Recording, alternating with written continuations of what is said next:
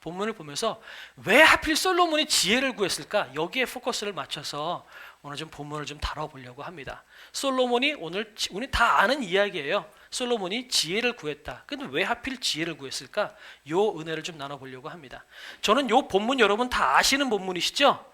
요거 본문 이미 다 어느 정도 아실 건데, 그러니까 솔로몬이 왕이 되고 난 다음에 조금 있다가 하나님께 제사를 드렸더니 꿈속에서 하나님께서 솔로몬에게 나타나셔서 야, 네가 제사를 드렸구나. 내가 너한테 뭐 해주랴? 그랬더니 솔로몬이 지혜를 주십시오 라고 해서 하나님께서 야, 네가 다른 거 안 구하고 지혜를 구했구나. 내가 다 줄게. 그러면서 돈도 주고 명예 주고 권력 주고 지혜 주고 다 줬다. 이런 얘기예요. 저는 요 본문을 보면은 떠올려지는 그 우리나라의 전래 동화가 있습니다. 뭘까요? 그렇죠. 금도끼 은도끼죠. 그래서 나무꾼이 나무를 베다가 녹슨 자기 쇠로 된 그 도끼가 연못에 빠졌죠. 그래서 이제 큰일 났다. 어떻게 밥 벌어먹고 사나 고민하고 있을 때 산신령이 쫙 나타나서 뭐 줄까? 왜 그러니? 그러니까 제가 도끼를 잃어버렸습니다. 그래서 산신령이 휙 들어갔다 나와서 금도끼 갖다 주고선 혹시 이거 네 거니? 그랬더니 제 거는 금이 아닙니다. 그래서 산신령이 휙 들어갔다 나와서 은도끼를 보여주니까 이것도 제 건 아닙니다. 제 도끼는 녹슬은 쇠도끼입니다. 딱 그랬더니 산신령이 야, 자식 겸손하네. 그러면서 다 가져라. 그래서 금도끼, 은도끼, 쇠도끼 다 가졌다. 그 얘기하고 오늘 솔로몬 얘기하고 별반 다를 게 없어요. 그래서 아니 그럼 도대체 왜 이 얘기가 성경에 들어가 있을까? 이제 이 고민을 하는 거죠. 산신령 얘기는 그 나무꾼이 겸손했던 것 같아요. 그죠? 욕심 부리지 않고 과욕 부리지 않고 겸손하고 자기 분수를 아는 그 마음을 산신령이 보고선 다 줬다. 뭐 이렇게 얘기하면서 너희들도 욕심 부리지 말아라. 네 분수 잘 지키고 겸손하게 살면 복 줄 거다. 뭐 이런 뉘앙스의 얘기가 그 동화였을 것 같아요. 근데 그 이야기하고 오늘 솔로몬 얘기하고 그렇게 다르진 않아요. 솔로몬이 하나님께서 나타나셔서 너 뭐 줄까? 그랬을 때 재물을 많이 주십시오. 왕위를 튼튼하게 해주십시오. 내 대적들을 다 없애주십시오. 이러면 되는데 솔로몬이 아무것도 하지 않고 지혜를 주십시오 라고 하니까 하나님께서 기특하다. 네가 지혜를 달라고 그랬으니 내가 그 전까지 구하지 않은 모든 것까지 다 주겠다. 그래서 마치 금도끼 은도끼 주듯이 다 하나님께서 주셨다. 그래서 사람만 바뀌고 별반 다를 게 없어요. 그런데 이것을 통해서 하나님께서 왜 역대할 말씀에 이 말씀을 주셨을까? 이것 가지고 오늘 우리가 하나님의 은혜를 누려보려고 합니다. 특별히 솔로몬이 제가 처음에 제목을 잡으려고 했던 것처럼 전무후무한 솔로몬이 복을 누리거든요. 지혜뿐만 아니라 명예, 돈, 권력 그 모든 것들을 하나님께서 허락해 주셨어요. 그러면 이 말씀을 붙잡고 이 땅을 살면서 우리가 지혜뿐 아니라 돈과 명예, 권력 하나님께서 우리에게 주시고 싶으신 그 모든 복을 하나도 놓치지 않고 풍성하게 누릴 수 있는 그 원리가 뭘까? 여기에 우리가 궁금증을 가지면서 오늘 본문을 보면 좋겠습니다. 여러분, 전무후무한 복을 누리는 게 아무래도 좋겠죠? 안 받는 것보다는 누리는 게 좋겠죠? 그러면 우리 양옆에 분들께 그렇게 한번 인사하실까요? 여러분, 전무후무한 복을 받으십시오. 양옆에 분들께 인사하십시오. 시작. 전무후무한 복을 받으십시오. 아멘. 네, 우리는 이미 복이 어떤 건지를 알아요. 그죠? 물론 건강이나 돈도 복이지만 성경에서 이야기하고 있는 사실 진짜 복의 가장 큰 의미는 뭐냐면 하나님과 동행하는 것이다. 우리 이미 알고 있어요. 그죠? 그러니까 우리는 복이라는 걸 이야기할 때 교회 밖에서 우리가 복을 이야기할 때 머릿속에 떠올려지는 그림과 교회 안에서 복을 이야기할 때 머릿속에 떠올려지는 그림이 조금 달라야 된다. 여러분 그것을 기억하시면서 오늘 본문으로 들어가 보도록 하겠습니다. 그 전에 저는 이제 신앙의 단계를 이렇게 보면서 그냥 이런 생각을 했어요. 보통 신앙의 단계는 세 단계가 있다고 저는 생각이 들어요. 첫 번째는 뭐냐면 의무의 단계예요. 이건 뭐냐면 교회 다니기 시작하면 뭐뭐 해야만 돼라고 하는 거예요. 쉽게 말씀드리면 윤리적인 종교인이 되는 거죠. 예배 잘 드려야 돼. 교회 나올 때는 옷 잘 입고 있어야 돼. 그리고 빠지면 안 돼. 그다음에 늦게 오면 안 돼. 그다음에 헌금 잘 해야 돼. 기도할 때는 이렇게 해야 돼. 무릎 꿇고 단정해야 돼. 뭔가 신앙생활 하면서 우리는 이렇게 해야 돼, 저렇게 해야 돼 라고 하는 의무사항을 굉장히 많이 이야기하는데, 얼핏 보면 이게 신앙생활을 잘하는 사람인 것 같지만 사실은 신앙의 단계를 봤을 때 제가 봤을 때는 그거는 1단계예요. 하나님께서 정말 원하시는 거는 너 이거 잘해야 돼, 이거 잘해야 돼, 틀리면 안 돼, 흐트러지지 말아야 돼 라고 하는, 어떻게 해야만 돼 라고 하는 당위성을 하나님께서 주셔서 그렇게 신앙생활을 하는 것을 하나님은 원치 않으신다는 거죠. 그런데 처음에는 이렇게 해야 돼, 이렇게 잘못하면 벌 주시지 않을까? 주일 예배 한번 빠지면 벼락 맞지 않을까? 헌금 내가 제대로 못하면 하나님께서 욕하시지 않을까? 11조 떼먹으면 하나님께서 떼먹은 금액만큼 하나님께서 벌금 내게 하셔가지고 결국은 다 뺏기지 않을까? 그죠? 우리 그렇게 생각할 때 많잖아요. 여러분 그런 적 있을 것 같아요. 예전에 저 보이스피싱 당했다고 그랬잖아요. 제가 보이스피싱 당했을 때 제일 먼저 뭐 생각했게요? 큰일 났다. 이 악한 놈들 막 별의별 생각 다 하다가 조금 마음이 진정되고 난 다음에 그 다음에 한 생각은 뭐냐면, 가면서 내가 평생 살면서 11조를 얼마나 떼먹었지? 그때 보이스피싱 당해서 한 7, 800만 원 날렸거든요.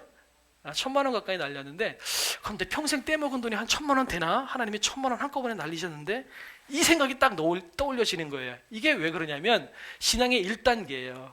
이렇게 해야만 돼, 이렇게 안 하면 하나님이 벌 주셔 라고 하는 이런 의무적인 신앙생활을 하는 그리스도인으로 우리 마음속 깊은 곳에 다 있어요. 왜 그러냐면 우리는 이미 불교, 유교, 그 다음에 우리가 산에 가서 돌에 절하고 나무에다 절하는 우리 그냥 어르신들의 그 신앙생활의 그 패턴들이 우리 가운데 몸에 배 있는 거예요. 신앙이 돼 있으면서도.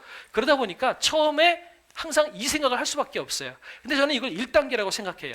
근데 두 번째, 여기서 신앙생활을 더하면 그 다음에는 어떻게 되냐면 은혜의 단계로 넘어가요. 그건 뭐냐면 내가 못해도 하나님은 나를 용서하시는구나. 로마서 말씀 계속 말씀드리잖아요. 우리가 아직 죄인 되었을 때에, 우리가 쓸모없을 때에 하나님께서 우리를 사랑하셔서 그 아들 독생자를 우리를 위해서 죽이시고 우리의 죄값을 담당하셨다라는 그 믿음의 말씀, 그 은혜의 말씀이 마음속에 들어오면서 내가 실수하고 내가 못나도 하나님은 우리를 사랑하시고 용서하시고 끝까지를 붙들고 계시는구나 라고 하는 은혜의 단계로 가는 것, 이것이 신앙의 두 번째 단계예요. 여기서 한 가지 더 나가면요, 그 은혜가 나한테 깊이 들어오고 나면 그 다음에는 연합의 단계가 돼요. 아버지가 내 안에, 내가 아버지 안에, 예수 그리스도의 말씀이 내 안에 들어가면 어떻게 되냐면, 이렇게 해야 된다가 아니라 내 마음이 아버지의 마음이 되고 아버지의 뜻이 내 뜻이 되고, 아버지와 내가 마음이 통해서 내가 하는 것마다 하나님께서 보시면서 너 내 마음하고 똑같구나, 이렇게 되는 거예요. 이게 연합의 단계라는 거죠. 그래서 은혜를 뛰어넘어서 그 다음에는 신앙생활을 하는 것도 이렇게 해야만 돼라는 마음으로 신앙생활을 하는 게 아니라, 내가 아버지가 너무 좋은데, 좋은 마음 때문에 그냥 아버지한테 이렇게 하고 싶은 거예요. 조금이라도 선물해드리고 싶고, 조금이라도 아빠 얼굴 한 번 더 보고 싶고, 아버지하고 한 번 더 대화하고 싶고, 이렇게 됐을 때 저는 이것이 연합의 단계라고 생각이 들어요. 이것이 신앙의 3단계라고 생각이 들고, 우리 모두가 신앙의 3단계까지 가는 저와 여러분이 되었으면 좋겠습니다. 우리가 못한다고 그래서, 우리가 헌금 못하고 우리가 예배 한번 빠진다고 그래서 하나님께서 우리를 벌 주시는 분이 아니는, 하나님은 그런 째째한 하나님이 아니라는 사실 우리가 알았으면 좋겠어요. 그런데 그게 아니라 연합의 단계에 가게 되면 벌 주지 않는 하나님이지만 우리는 예배를 더 안 빠지게 돼요. 왜요? 내가 사랑하는 아버지인데, 내가 사랑하는 아버지 한 번도 만나고 싶지 않겠어요? 그런 마음 때문에 세상 없어도 나는 예배에 참석하는 거예요. 예배 참석 안 하면 벌 받을까 봐 참석하는 게 아니라, 예배 내가 아버지가 보고 싶고 아버지의 마음에 들고 싶고 아버지하고 내가 한 뜻이 되고 싶은 거죠. 아버지를 기쁘게 해드리고 싶은 마음으로 신앙생활을 하는 연합의 단계까지 저와 여러분 모두가 들어갈 수 있으면 좋겠습니다. 자, 그런 마음을 가지고 이제 솔로몬에게 가보려고 해요. 가기 전에 오늘 몇 가지 요걸 한번 봐야 되겠죠. 자, 이게 성경을 미리 설명을 드리기 전에 기브온 산당과 예루살렘 두 군데가 있어요. 예루살렘을 나중에 예루살렘이라고 이름이 지어졌고요. 원래는 다윗성, 요 당시에는 다윗성이라고 이름이 불리기도 했었어요. 그런데 다윗이 예전에 모세가 하나님께서 성막을 지어라, 그리고 법궤를 만들어라, 그럼 만들면 내가 너한테 임하겠다라고 해서 법궤를 만들었어요. 출애굽한 이스라엘 백성과 법궤를 만들고 그 다음에 성막을 만들었단 말이죠. 법궤와 천막을 만들었어요. 그런데 이 법궤와 천막이 항상 같이 다녔는데 이 사울 왕 때 이 법궤하고 천막이 나누어져요. 왜 그러냐면 사울 왕이 블레셋하고 전쟁을 하러 갔는데 전쟁에서 지는 거예요. 전쟁에서 지니까 이 사울이 어떻게 했냐면, 야, 법궤 가져와. 우리는 지지만 하나님이 우리랑 함께하면 우리 이길 수 있어. 저 성막 안에 있는 법궤 가져와. 법궤를 가져와서 전쟁터로 가지고 옵니다. 그래서 성막은 그대로 놔두고 법궤만 들고 전쟁터로 왔는데, 웬걸? 법궤가 있으니까 블레셋하고의 전쟁에서 사울 왕이 이겼어야 되는데 진 거예요. 그래서 오히려 이 법궤를 블레셋에 뺏겨요. 그래서 그 다음부터 이 법궤가 블레셋 진영에 있다가 뺑뺑뺑뺑 돌다가 나중엔 기럇 여아림까지 갔다가 거기서 다윗 왕이 내 하나님의 말씀이 저 법궤가 저기 있는 게 내가 너무 마음이 안 좋아. 그래서 다윗이 그 법궤를 가지고 다윗성으로 가지고 들어옵니다. 그게 지지난주 역대상에서 나누었던 말씀 중에 일부가 들어가 있어요.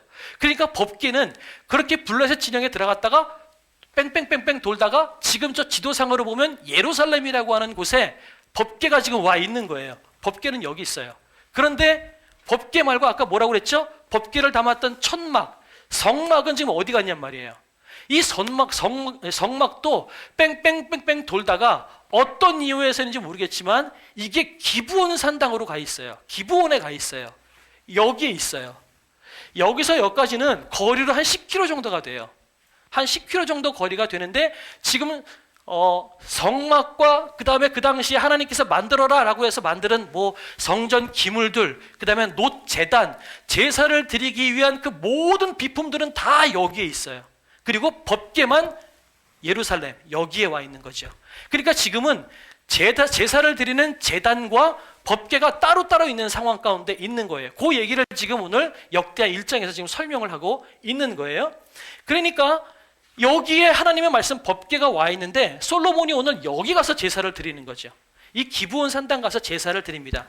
산당 그러면 우리가 생각했을 때 산당 그러면은 이렇게 성황당 이런 느낌으로 우상 섬기는 장소 이렇게 생각할 수 있는데요. 성경 구약 성경 안에 이 산당이라고 하는 표현은 두 가지가 있어요. 하나는 우리가 알고 있는 그것, 성황당처럼 이렇게 막 귀신 섬기고 그런 산당, 이렇게 하나님께서 원치 않는 산당. 또 하나는 뭐가 있냐면 영어로는 high place라고 해서 거룩한 곳, 그 다음에 높은 곳, 하나님이 임하시는 곳이라고 하는 의미의 산당이 있어요. 오늘 이 기브온 산당은 이 high place, 하나님께서 임하시는 곳, 거룩한 곳이라고 하는 의미의 high place예요. 그러니까 우상을 섬기는 산당이 아니라는 거죠. 그러니까 기브온 산에 high place라고 하는 그 제단이 있는 그곳에서 지금 솔로몬이 예배를 드리고 있더라. 이렇게 여러분 기억하시면 좋겠습니다. 그러면 우리가 한번 여기서 질문을 해볼게요. 법궤가 하나님께서 임하시는 장소라고 그랬잖아요. 네가 법궤를 짓고 거기에 율법을 지어놓고 그 다음에 시은자로 위에 뚜껑을 덮고 가마처럼 그렇게 법궤를 만들면 내가 그 위에 임하겠다라고 말씀하셨어요. 그래서 그 법궤 뚜껑은 천사의 날개가 이렇게 네 귀퉁이에 덮여져 있는 모양을 가지고 있는 법궤입니다. 법궤는 여기 있고 그 다음에 천막은 여기 있어요. 하나님이 어디에 계시는 게 약간 논리적으로 이해가 되세요? 법궤에 계시는 게 이해가 되죠. 그죠? 여기에 계셔야 논리적으로 이해가 될 것 같은데 오늘 솔로몬은 여기서 예배를 드려요.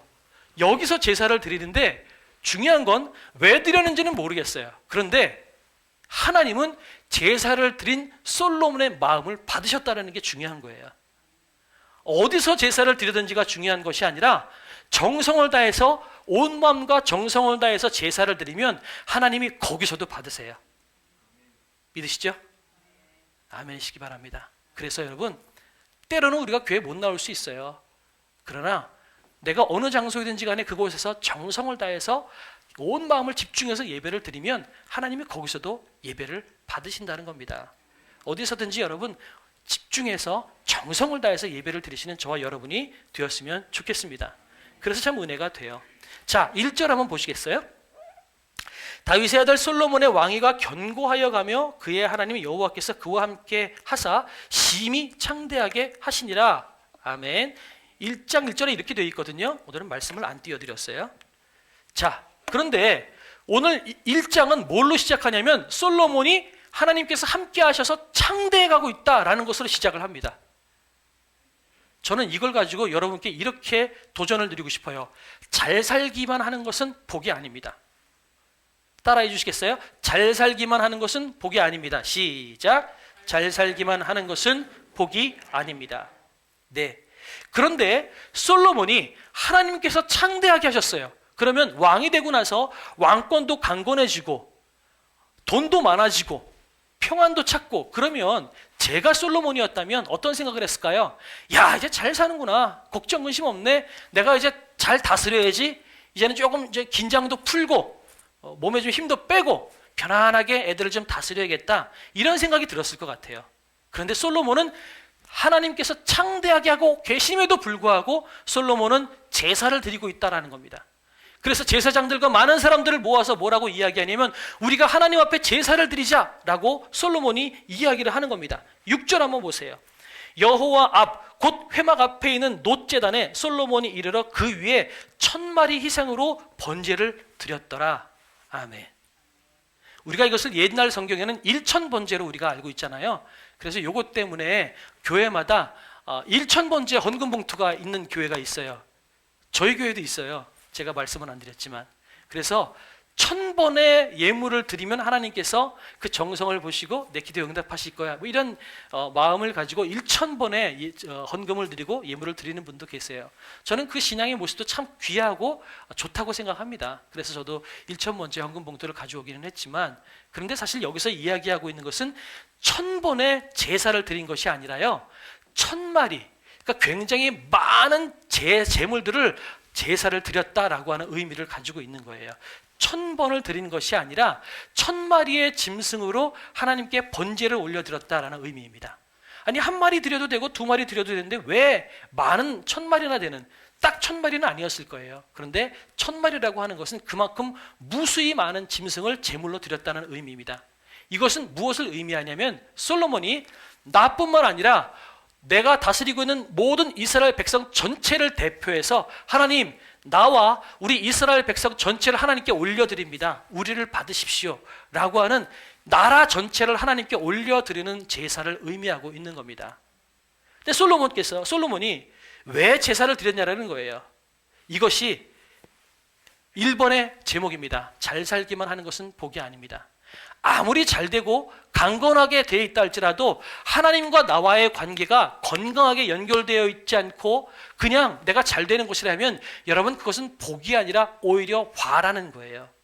예수 믿지 않고 복음 안에서 내 삶의 방향이 잘 정해지지 않은 상태에서 돈을 잘 벌어요. 하는 데마다 승승장구해요. 그럼 여러분, 예수 믿고 싶으시겠어요? 안 믿죠. 아니, 예수 안 믿고 신앙생활 안 해도 이렇게 하는 것마다 잘 되고 복 받는데 내가 뭐하러 교회 가가지고 그 고생을 하겠어요? 안 되는 거예요. 그러니까 여러분, 예수 믿지 않은 상태에서 여러분이 인생이 잘 되고 있다? 여러분, 그거는 복이 아니라 화일 가능성이 훨씬 많다라는 겁니다. 솔로몬은 자기의 왕권이 강대해지고 있음에도 불구하고 솔로몬은 뭔가 불안한 거예요. 아닌데 내가 이렇게 잘 되면 안 되는데, 이런 마음이 있는 거죠. 더군다나 솔로몬은 20살의 나이에 왕이 됐어요. 그리고 자기 아버지 다윗과 함께 나라를 다스렸던 원로들이 버젓이 살아있는 그 중간에 솔로몬은 불안한 거예요. 두려운 거예요. 그런데 이렇게 잘 될 리가 없는데, 이렇게 잘 되면 안 되는데, 솔로몬은 긴장이 있으니까 그 상황 가운데서도 하나님께 제사를 드리는 겁니다. 그러면서 솔로몬은 하나님, 나는 나이가 어립니다. 그리고 나는 이 나라의 왕이 될 만한 자격이 없습니다. 능력도 없습니다. 하나님, 그런데 엄밀히 말하면 내가 이 나라의 왕이 아니라 이 나라의 진짜 왕은 하나님 당신이십니다. 내 삶을 받으시고 이 이스라엘 백성 전체를 하나님께서 받으시고 하나님께서 이 땅을 다스려 주십시오. 하나님이 진짜 왕이 되셔서 이 땅을 다스려 주십시오 라고 하는 마음이 솔로몬에게 있기 때문에 솔로몬은 왕권이 튼튼해지고 강성해지고 있음에도 불구하고 하나님께 1000마리의 제물을 주님께 올려드리면서 제사를 드렸다라는 것입니다. 그래서 우리가 잘 되고 있을 때 오히려 더 긴장하고, 잘 되고 있을 때 하나님과 나와의 관계가 건강하고 있는지를 점검해보는 저와 여러분이 되었으면 좋겠어요. 더 나아가서 여러분, 하나님과 신앙생활이 제대로 건강해지고 있지 않은데도 불구하고 승승장구하고 있다, 잘 되고 있다, 여러분 그거는 오히려 내가 망해지는 길이라는 사실 잊지 않았으면 좋겠어요. 어쩌면 고난당하고 어려움 당하고 힘든 일을 겪고 있는 것이 훨씬 더 저와 여러분에게 복일 수 있어요. 그것을 통해서 우리가 하나님 앞에 나아갈 수 있고, 그것을 통해서 하나님과 나와의 관계가 의무의 단계에서 은혜의 단계를 넘어서 연합의 단계로 넘어갈 수 있는 그런 좋은 그런 도구가 될 수 있기 때문에, 오히려 힘들고 어려운 삶을 내 삶 가운데 살고 있다면 이것이 오히려 내가 더 복받는 길이겠구나, 오히려 그 상황들을 오히려 감사하는 저와 여러분이 될 수 있으면 참 좋겠다라는 생각이 듭니다. 그리고 나서 솔로몬이 제사를 드렸어요. 제사를 드렸더니 꿈속에서 하나님께서 나타나셔서 야, 내가 너한테 뭐 해줄까? 라고 물으셨어요. 저는 이것 때문에 잘 때 기도할 때 이렇게 기도해요. 하나님, 오늘 꿈속에서 나한테 나타나셔서 말씀해 주십시오. 저는 꿈에서 하나님 꿈을 그렇게 꾸고 싶어요. 근데 매일 하나님은 안 나타나고 어만 것만 나타날 때가 많은데, 정말 기도하면서 하나님, 오늘 밤 잘 때 나 지금 환상 가운데 나타나셔서 정말 말씀해 주십시오. 이렇게 기도할 때가 얼마나 많은지 몰라요. 하나님, 나타나셔서 인그가 로또 번호는 6번 14번 농담입니다. 이러면 안 되겠죠? 아무튼 하나님 그렇게 만나고 싶은데 그렇게 안 나타나세요. 솔로몬 꿈 가운데 하나님께서 나타나셨어요. 그러면서 무엇을 해주기 원하냐? 그랬더니 하나님께서 솔로몬이 하나님께 지혜를 주십시오라고 이야기를 하고 있습니다. 그 솔로몬이 왜 지혜를 달라고 이야기했을까요? 7절부터 보세요. 그날 밤에 하나님이 솔로몬에게 나타나 그에게 이르시되 내가 네게 무엇을 주랴? 너는 구하라 하시니 솔로몬이 하나님께 말하되 주께서 전에 큰 은혜를 내 아버지 다윗에게 베푸시고 내가 그를 대신하여 왕이 되게 하셨사오니, 내가 왕의 자격이 없는 거예요. 아버지가 왕으로서 잘 다스렸는데 아버지를 대신해서 자기가 왕이 됐대요. 자기는 능력도 없고 자격도 없다라는 얘기예요. 그리고 난 다음에 9절에 보니까 여호와 하나님이 원하건대 주는 내 아버지 다윗에게 허락하신 것을 이제 굳게 하옵소서, 왕권을 강하게 해주십시오라고 기도하는 거죠. 주께서 나를 땅에 티끌같이 많은 백성의 왕으로 삼으셨사오니 이제 내게 지혜와 지식을 주사 이 백성 앞에서 출입하게 하옵소서. 이렇게 많은 주의 백성을 누가 등이 재판하리이까? 솔로몬이 왜 지혜를 달라고 기도했는 줄 아세요? 여러분 2번 같이 한번 읽어볼까요? 시작. 자신의 사명이 무엇인지 알고 바로 구하는 자에게 진짜 복이 임합니다. 아멘이시죠? 솔로몬이 오늘 지혜를 달라고 그랬어요. 지혜를 달라고 그랬는데 이 지혜가 히브리어의 원어 뜻은 뭐냐면요, 듣는 마음이에요. 듣는 마음. 마음을 열고 제대로 들을 수 있는 마음. 그런데 듣는다라는 것은 그냥 귀로 듣는 의미가 아니라 뭐겠어요? 이해한다라는 거죠. 듣고 이해하고 그 뜻을 깨달을 수 있는 마음을 나에게 주십시오라고 지금 솔로몬이 이야기하고 있는 거예요. 왜 그런 이야기를 하고 있냐면 오늘 10절의 뒷부분에 보면 주의 백성을 누가 등이 재판하리이까? 솔로몬은 지금 이 많은 이스라엘 백성들을 다스리고 재판해야 되는데 나는 이 백성들을 다스리고 재판할 만한 듣는 귀가 내 안에 없다는 걸 솔로몬은 알고 있는 거죠. 그래서 솔로몬은 지혜를 달라고 기도하는 거예요. 그렇다면 솔로몬은 뭘 알고 있냐면 첫 번째, 자기의 신분이 뭔지를 알아요. 내가 만약에 요리사라면 누구한테 구할 때 뭘 구하고 싶으세요? 하나님, 내가 요리사입니다. 그러면 내가 칼질을 잘할 수 있는 손 스킬을 주시고 음식 맛을 잘 볼 수 있는 민감한 혀를 주십시오. 기도 제목이 이게 되면 가장 적절한 기도가 아니겠어요? 그죠? 만약에 소방관이라면 하나님, 내가 불을 잘 끌 수 있는 멋있는 체력을 저에게 주십시오. 이것이 기도 제목이 될 수 있겠죠. 뭐예요? 내가 신분이 뭔지에 따라서 내 기도 제목이 정해지는 거죠. 솔로몬은 자기가 왕으로 세워졌지만 자기가 해야 될 일이 뭔지 알아요. 하나님을 대신해서 이 백성들을 재판하고 다스리는 역할이 자기의 역할이라는 걸 알아요. 다시 말씀드려서 솔로몬은 자기의 사명이 무엇인지를 먼저 분명히 알았다라는 거예요. 저와 여러분 사명이 뭔지를 분명히 알아야 우리가 하나님께 기도할 기도 제목이 분명해집니다. 내가 만약에 요리사인데 하나님, 내가 체력을 주십시오. 이것은 맞지 않는 기도겠죠. 물론 요리하려면 그것도 체력이 필요할 수는 있겠지만 더 필요한 건 뭐겠어요? 잘할 수 있는 손과 음식 맛을 잘 볼 수 있는 혀가 더 필요하지 체력이 필요하지 않을 것 같아요. 내가 사명이 무엇인지 알면 그 사명에 맞는 것을 구한다라는 거예요. 솔로몬은 백성들을 재판해야 돼요. 재판하는데 나는 그 백성을 재판할 능력이 없으니까 하나님께 뭐라고 구하냐면, 하나님, 내가 바로 듣고 바로 이해할 수 있는 그 마음을 나에게 주십시오. 이것이 지혜를 달라고 솔로몬이 기도한 것이라는 겁니다. 이 지혜를 달라고 할 때 솔로몬은 두 가지죠. 하나님, 내가 하나님의 음성을 제대로 듣고 하나님의 마음을 헤아려서 하나님의 뜻대로 이 백성을 재판할 수 있도록 도와주십시오. 또 한 가지, 백성들이 원한을 품고 아프고 슬퍼하고 괴로워해서 신음해서 나에게 찾아오면 내가 그 소리를 듣고 제대로 아파하고 제대로 공감해서 그 마음 가지고 백성의 마음을 제대로 헤아릴 수 있는 왕이 될 수 있도록 도와주십시오. 이 의미가 솔로몬에게 담겨져 있겠죠. 그래서 솔로몬이, 하나님, 나는 왕입니다. 하나님께서 나를 왕으로 대신 세워주셨는데 나는 왕의 자격이 없고 능력이 없습니다. 왕으로서 백성들을 잘 다스리고 하나님의 뜻에 맞게 백성들의 마음을 위로할 수 있도록 듣는 마음을 주십시오. 이것이 솔로몬의 오늘 기도 제목이었다라는 거예요. 그렇게 기도했더니 오늘 하나님께서 뭐라고 말씀하세요? 야, 너는 됐다. 이 말은 뭐냐면, 왜 하나님께서 전무후무하게 갑자기 금도끼 은도끼 다 주신 것처럼 내가 건강도 주고 권세도 주고 다 줄게. 11절 보세요. 부나 재물이나 영광이나 이 모든 것들을 다 주겠다라고 말씀하시잖아요. 왜 이 모든 것들을 다 주겠다고 말씀하셨을까?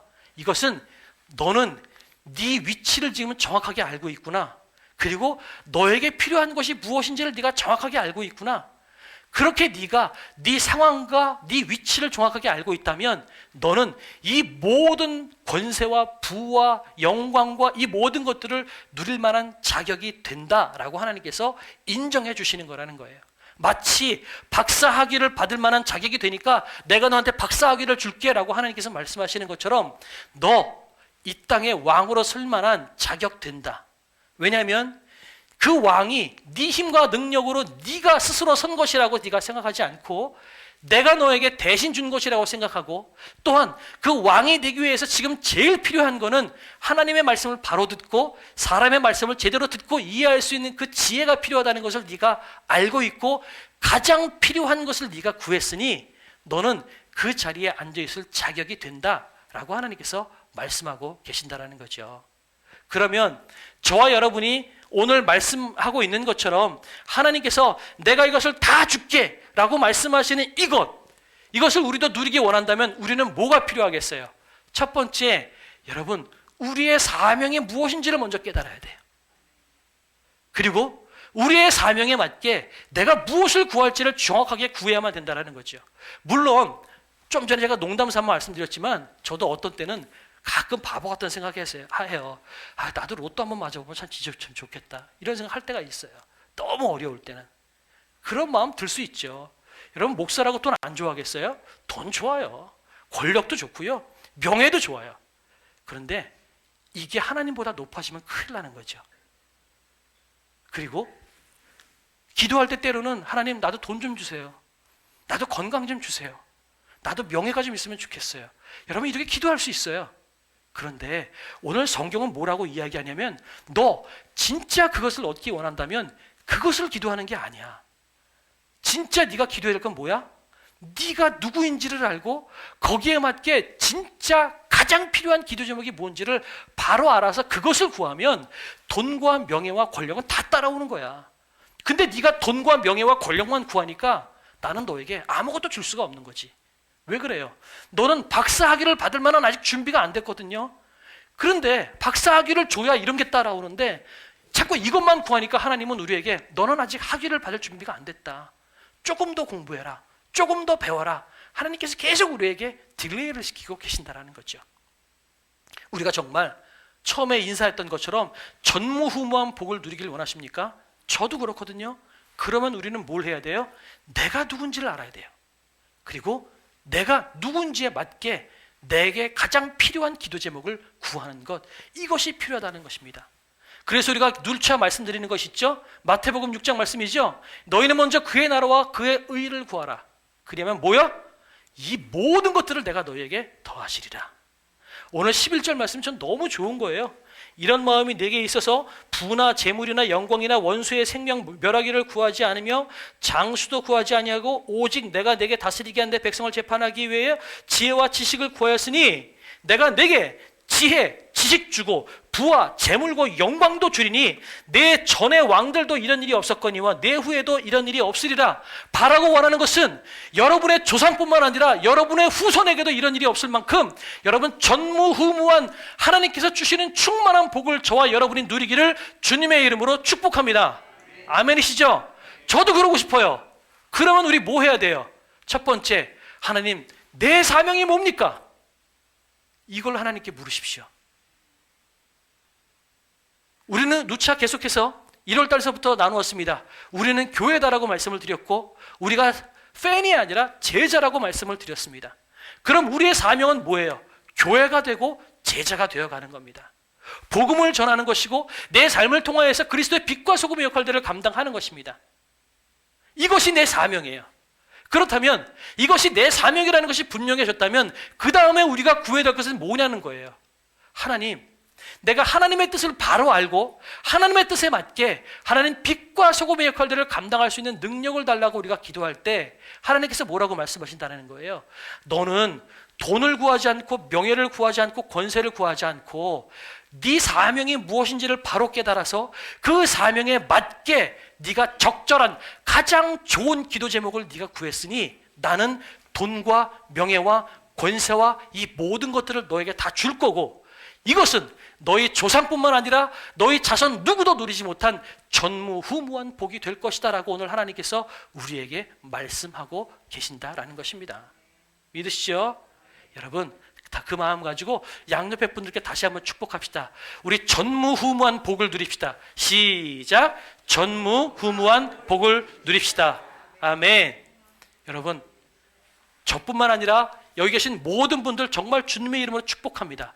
세상 그 어느 누구도 누리지 못한 돈과 명예와 권세와 그 모든 복을 누리시는 하나님의 백성들이 되기를 주님의 이름으로 축복합니다. 아멘이시죠? 그러면 여러분이 해야 될 것은 뭡니까? 내가 누굽니까? 내 사명이 뭡니까?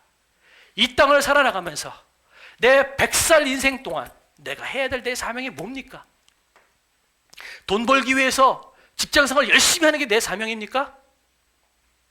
아니면 자녀들 그냥 잘 기르고 자녀들 그냥 아무 걱정 근심 없이 자녀들에게 많은 유산 물려주는 것이 내 사명입니까? 아니면 병들지 않고 건강하게 죽기 직전까지 팔팔하게 살다가 마지막 순간에 애들한테 작별 인사 깨끗하게 잘하고 깨끗하게 천국 가는 것 이것이 내 사명일까요? 그렇지 않다라는 거죠. 성경이 우리에게 말씀하시는 것은 너희 사명은 그것이 아니다라고 말씀하십니다. 너희에게는 하나님의 나라가 있고 하나님의 나라를 전할 만한 능력이 있고 이 모든 열방을 제자 삼고 가르칠 만한 능력이 너희에게 있고 그것이 너희의 사명이다라고 성경은 누누이 이야기하고 있다라는 겁니다. 그러면 우리가 이 사명에 충실할 때 하나님께서 전무후무한 복을 우리에게 주시겠다라고 약속하고 계십니다. 그래서 오늘 우리가 왜 하필 솔로몬이 지혜를 구했을까요? 그것은 솔로몬이 자기의 위치를 알았고 자기의 사명을 알았고 그 사명에 맞게 가장 필요한 것이 듣는 마음이었기 때문에 지혜를 달라고 구한 것입니다. 그러면 우리도 또한 내 사명이 무엇인지를 알고 여기에 맞게 가장 적절한 기도 제목을 구할 수 있는 저와 여러분이 되기를 원합니다. 돈을 구하지 마십시오. 명예를 구하지 마십시오. 하나님, 내 사명을 다할 수 있는 가장 좋은 무기를 내게 주십시오. 이것이 우리의 기도 제목이 될 때 돈과 명예와 건강과 행복과 그 모든 복은 하나님께서 전무후무하게 우리에게 부어주시겠다고 약속하고 계십니다. 바라기 원하는 것은 저와 여러분 이 모든 복을 누리며 살아나가는 저와 여러분이 되었으면 좋겠습니다. 그래서 오늘은 기도할 때 이렇게 찬양하고 기도할 건데요. 기도할 때 이렇게 기도했으면 좋겠어요. 하나님, 내 사명이 교회가 되고 또한 제자가 돼서 복음을 전하는 것이 내 사명이고 빛과 소금의 역할들을 감당하고 하나님의 영광을 드러내는 것이 내 사명이라면 하나님 이렇게 살아갈 수 있도록 나에게 능력을 주십시오. 그리고 이렇게 구할 때 하나님께서 전무후무한 복을 주시겠다고 하셨사오니 세상 어느 누구도 누리지 못할 만한 그런 놀라운 복을 누리는 내가 될 수 있도록 도와주십시오. 이렇게 나 자신을 위해서 오늘은 기도하는 겁니다. 근데 오늘은 또 하나 기도하고 싶어요. 하나님, 듣는 마음이 있는 정치인들이 뽑히게 하는 도와주십시오.